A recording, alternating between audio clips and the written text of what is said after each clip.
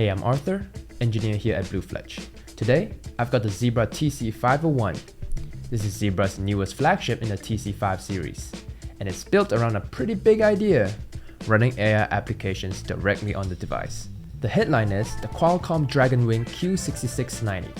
This is a purpose-built processor with a dedicated AI engine on chip, and Zebra's claiming up to 300% performance increase over previous TC5 series devices.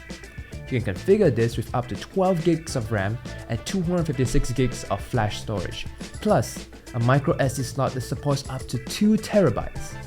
That's workstation class memory in a handheld. For context, the previous generation topped out at 4 gigs of RAM and 32 gigs of flash, so this is a massive jump.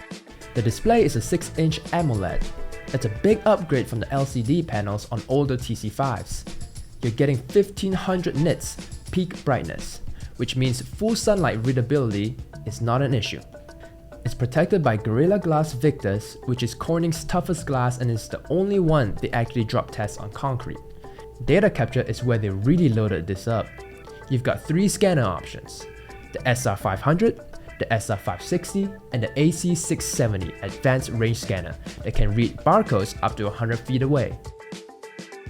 And every TC501 ships with integrated short-range UHF RFID built in, over 200 tag reads per second and up to 6.5 feet.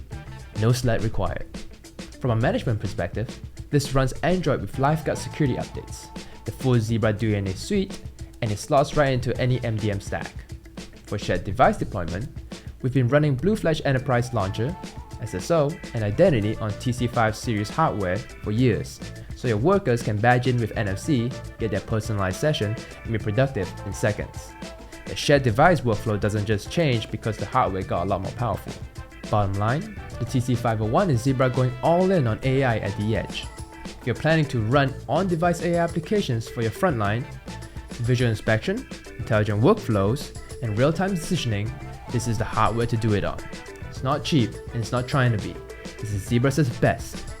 If you've got questions about deploying the TC501 in a shared device environment, or how BlueFletch fits into the picture, drop a comment or reach out. Thanks for watching.